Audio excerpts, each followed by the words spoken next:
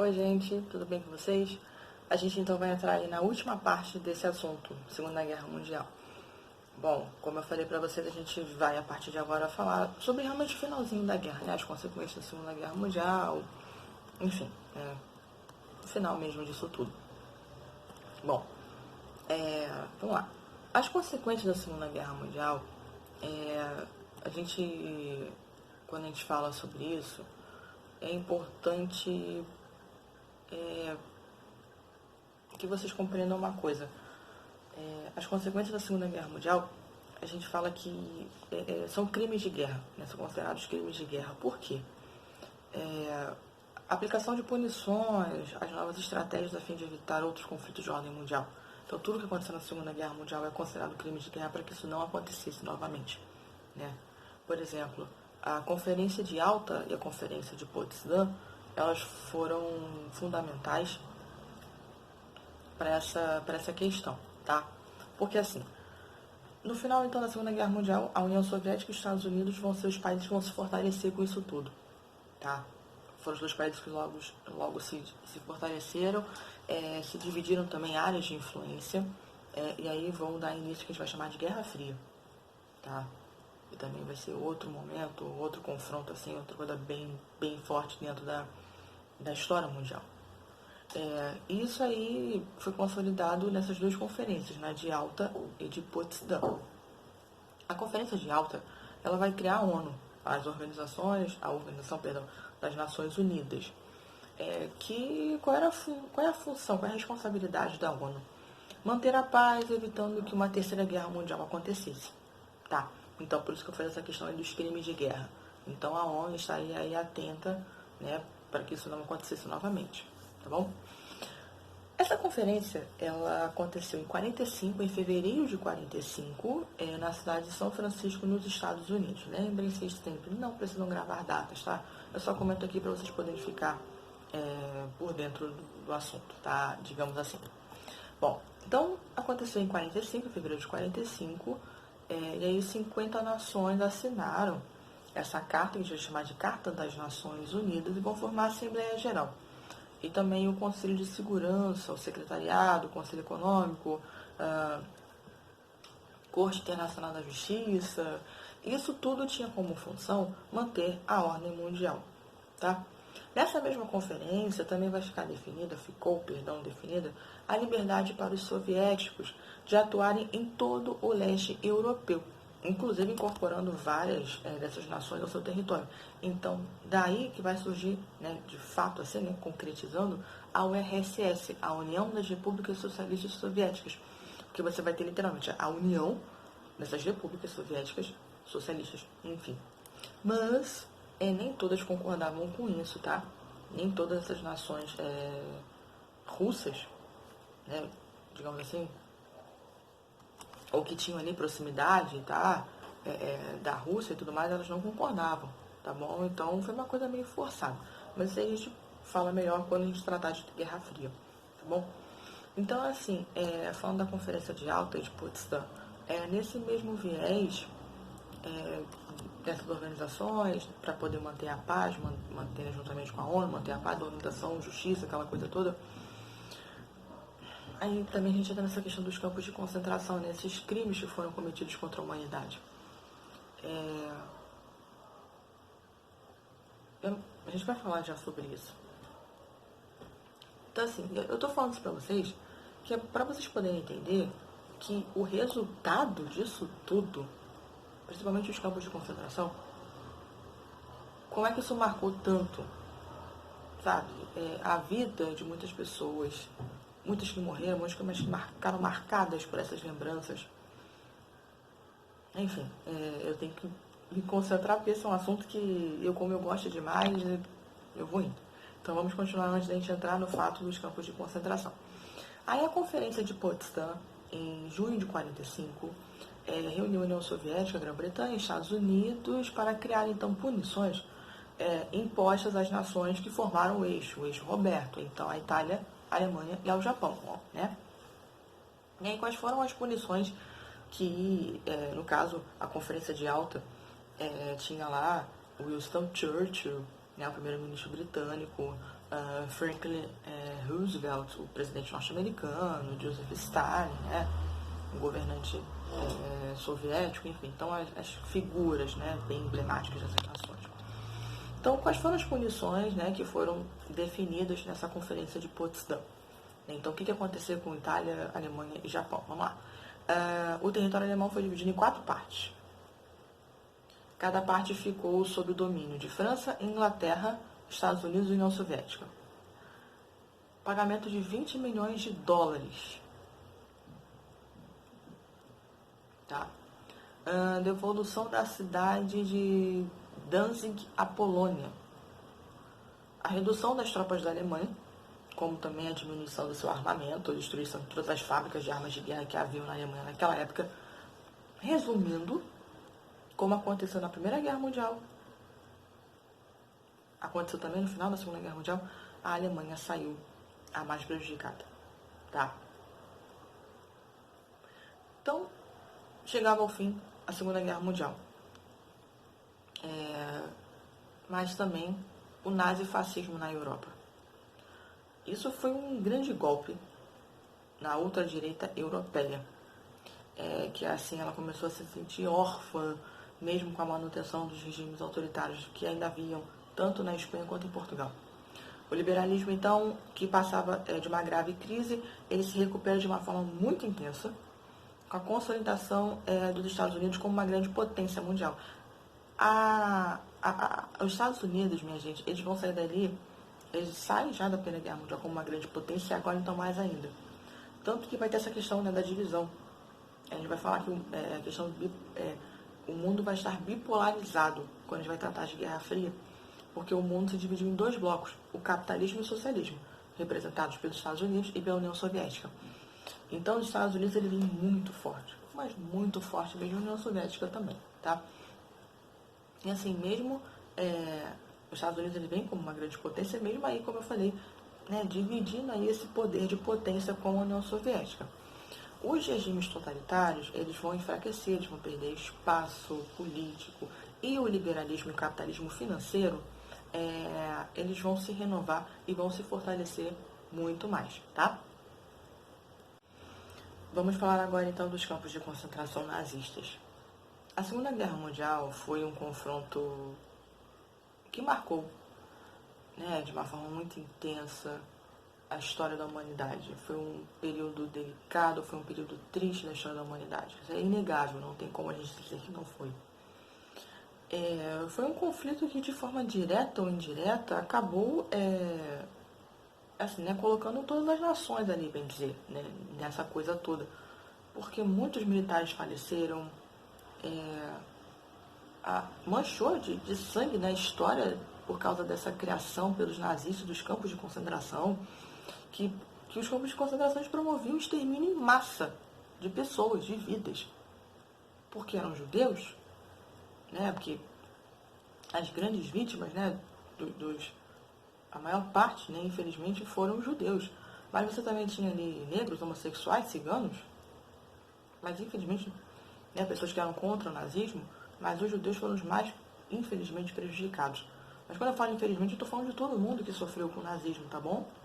Não só os judeus, todo mundo que sofreu. Um dos campos de concentração mais conhecidos vai ser o de Auschwitz. Ele fica na Polônia. Ele existe até hoje. Não em funcionamento, pelo amor de Deus, minha gente. Ele se tornou uma espécie de museu que você pode visitar. Professor, eu vou visitar um campo de concentração. Claro, é para quem quiser ir, quem tiver vontade, enfim. Mas eu, sinceramente, tenho vontade de conhecer a Polônia, também é um dos lugares que eu tenho vontade de conhecer. E eu tenho vontade, sim, de ir a esse campo de concentração. Claro, com certeza, é um lugar triste, né, por conta de todo o sofrimento que essas pessoas passaram ali. Mas eu acredito que para poder, sabe, assim, ter uma noção um pouquinho, sabe, de que o valor que a nossa vida tem, o valor da vida daquelas pessoas que, né, que se perderam de uma maneira tão triste, tão violenta, a gente poder valorizar a nossa vida, valorizar essas pessoas, enfim. É meu pensamento, tá? É minha opinião. Bom, esses campos de concentração, eles eram confinamentos militares, digamos assim, grandes, tá? Eram territórios grandes. E esses terrenos, eles eram cercados de arame farpado, tá? Porque se a pessoa quisesse pular, ela iria se machucar, né? Então, para esses campos, quem tomava conta, perdão, quem é que ocupava esses campos de concentração? Desculpa, obviamente, quem tomava conta era o exército nazista, tá? Então, quem é que ocupava esses campos de concentração? Prisioneiros de guerra, os judeus e outros povos que os nazistas consideravam pertencentes à raça, perdão, que não consideravam pertencentes à raça ariana, tá? Esses campos de concentração, eles descumpriam, sabe, completamente qualquer acordo, sabe assim, de bom senso, de respeito, e também o Acordo Internacional de Genebra, tá? Acredita-se que milhões de pessoas foram mortas sob torturas, nas câmaras de gás. Em muitas ocasiões, né, foram feitos estudos baseados nessas questões todas. E aí, como eu falei para vocês, os campos de concentração mais conhecidos, né, além do de Auschwitz, na Polônia, tem também, não sei se eu vou falar certinho, tá, gente? Bolzano, na Itália. E na Alemanha também tinha Bergen-Belsen e Buchenwald, tá? Não sei se o sotaque, né, saiu direitinho, tá? E assim, as pessoas não sabiam dos campos de concentração. Então, no final da guerra, quando os aliados chegam na Alemanha, então, isso foi uma coisa que chocou o mundo.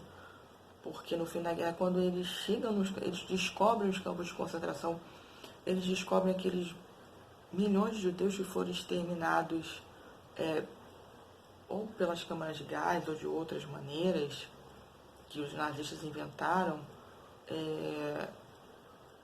mas também alguns alemães não sabiam disso, tá?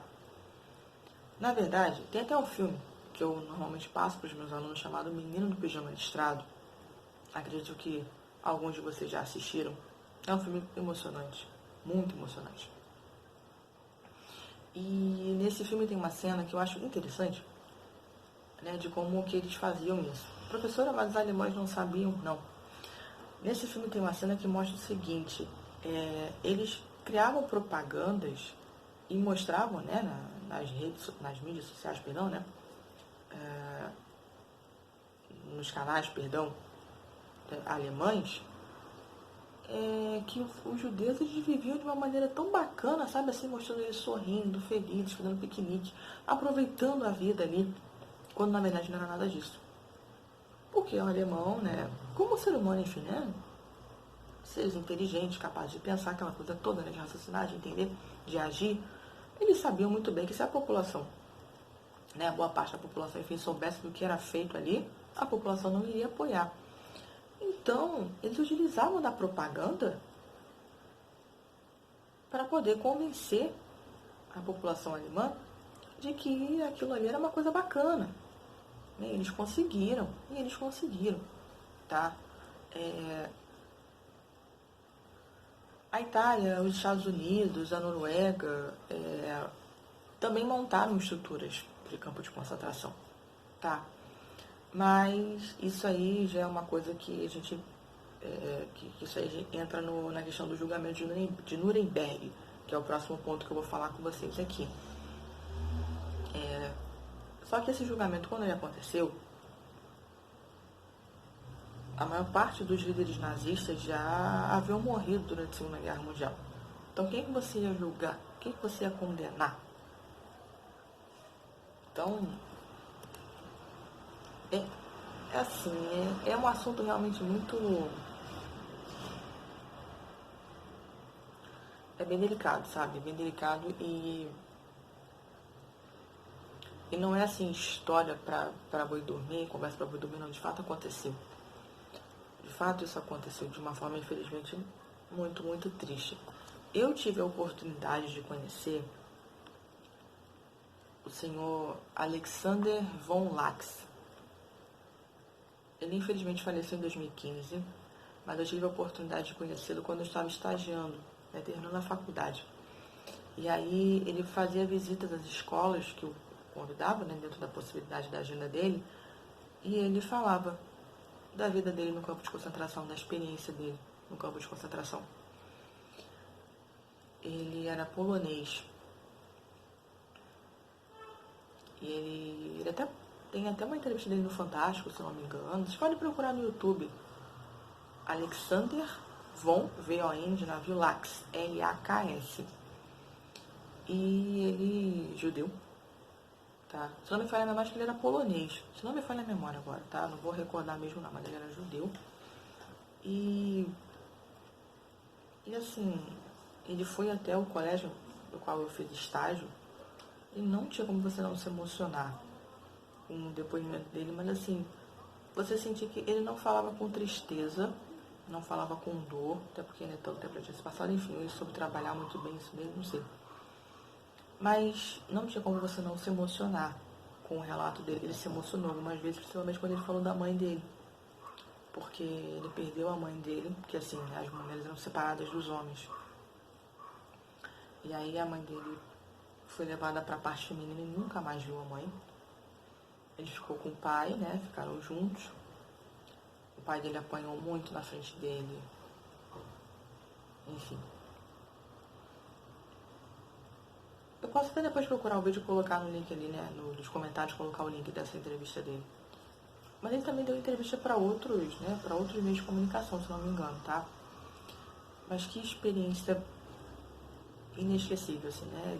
De você ter né, a história viva ali na sua frente. E aí, como você não tinha muito essa coisa de... Eu fiquei tão assim que eu nem pedi pra tirar uma foto, mas eu tenho isso, né, na minha memória, no meu coração.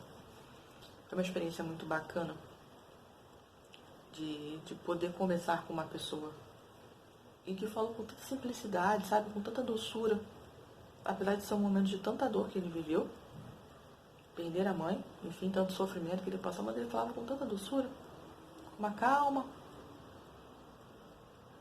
enfim. Então vamos lá. O julgamento de Nuremberg, ele foi o seguinte. Então os crimes cometidos por Hitler e a sua trupe, né? Mussolini também, tá? Na Itália, Mussolini também, e os seus seguidores, a sua trupe durante todo esse período da Segunda Guerra Mundial, obviamente foram muito violentos. E atentavam completamente contra a vida da humanidade, contra a vida do ser humano, né? E além do conflito em si, os campos de concentração, as torturas, as câmaras de gás, né, que demonstraram tamanha crueldade que existia dentro dessas pessoas, dos nazistas, dos fascistas, né, e contra aqueles que eles julgavam que não faziam parte da raça ariana, mas, meu Deus do céu, uma coisa ilógica, né, mas enfim, vida que segue. Então, milhões de inocentes morreram, a maioria judeus. Cerca de 6 milhões, tá? Cerca de 6 milhões de judeus, principalmente nos campos de concentração. E você tem os outros grupos que sabe lá também quantos foram. Então, só de judeus, 6 milhões. Oficialmente, a Segunda Guerra Mundial, ela acabou com a rendição dos japoneses em setembro de 45, meses depois que Hitler se suicidou, porque ele não aceitava, né, a derrota do conflito, ele não aceitava que a Alemanha perdesse, enfim, aquela coisa toda. Então, a guerra chegou ao fim, e aí foi estabelecido, então, um Tribunal Militar Internacional para julgar os crimes contra a humanidade, esses crimes que foram cometidos, né, nesse período pelos nazistas e pelos fascistas.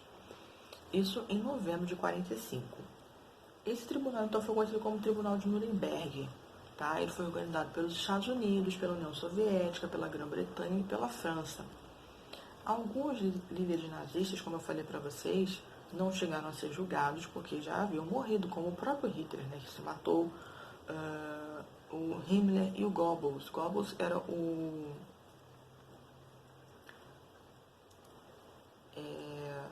Goebbels, ele era o responsável por essas propagandas, né, de Hitler, do nazismo, enfim, essa coisa toda, tá? E mesmo assim, ocorreram muitas mortes, prisão perpétua, né? Muitos, né, foram condenados à morte, não? Então muitas mortes aconteceram desses. outros foram condenados à prisão perpétua ou por algum tempo determinado, né? E o líder nazista Hermann Göring, ele foi condenado à morte por enforcamento, tá? Assim, morrer depois, sei lá, eu não sei se isso seria muito válido. É só minha opinião, tá, gente? Mas enfim. E aí tem uma, se vocês procurarem na internet e colocarem o nome dele, é Hermann, H-E-R-M-A-N-N, M de mamãe, A-N-N de navio, Göring, acho que é assim, Göring, que fala G-O-E-R-I-N-G.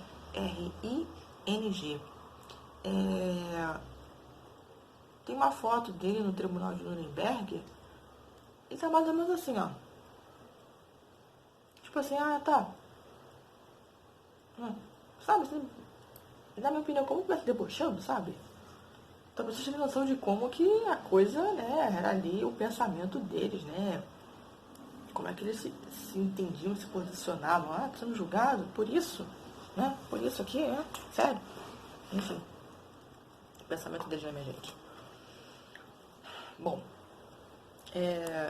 e o Brasil também participou da Segunda Guerra Mundial, tá? O Brasil também teve essa participação na Segunda Guerra Mundial. Muitos historiadores consideram a Segunda Guerra Mundial como o maior conflito da humanidade. Eu concordo, tá? Eu tenho esse pensamento. Eu concordo, porque muitas pessoas, infelizmente, né, foram vítimas, morreram. E o Brasil participou, né? Bom, enquanto a Europa ela estava em franco conflito, né, nesse conflito todo aí, né, a partir da invasão da Polônia, começou a guerra e tudo mais, o Brasil, nessa época, era governado então por Getúlio Vargas, né? E aí já tinha estabelecido a sua ditadura aqui, que a gente vai chamar de Estado Novo, e era visível a simpatia que ele tinha por esses regimes totalitários, mas sem assumir publicamente isso, né? Ele apoiava os nazistas e os fascistas, ele não ia assumir isso publicamente. Aí até o ano de 1942, o Brasil não tinha entrado no conflito, tá? De certa forma, assim, ele buscava evitar fazer parte do conflito, porque ele acreditava que isso teria um custo muito alto e que, de fato, teria um custo muito alto para o Brasil. Porque o Brasil vivia ainda uma instabilidade, né, por conta daquele período lá na República do Café com Leite, quando ele entra também no governo depois disso daí, enfim. Então, o Brasil, economicamente, né, estava, né, meio lá, meio cá, digamos assim, tá? Então, por que o Titio Vargas, então, mudou de ideia e entrou na guerra? O que aconteceu? Foi o seguinte, ele mudou de opinião e passou a apoiar os Estados Unidos e a União Soviética contra os nazistas quando embarcações brasileiras que estavam no Oceano Atlântico foram atacadas pelos alemães, tá? E aí esse episódio então despertou uma revolta no povo, aquela coisa toda, e junto com vários políticos da oposição, oposição de Vargas, né?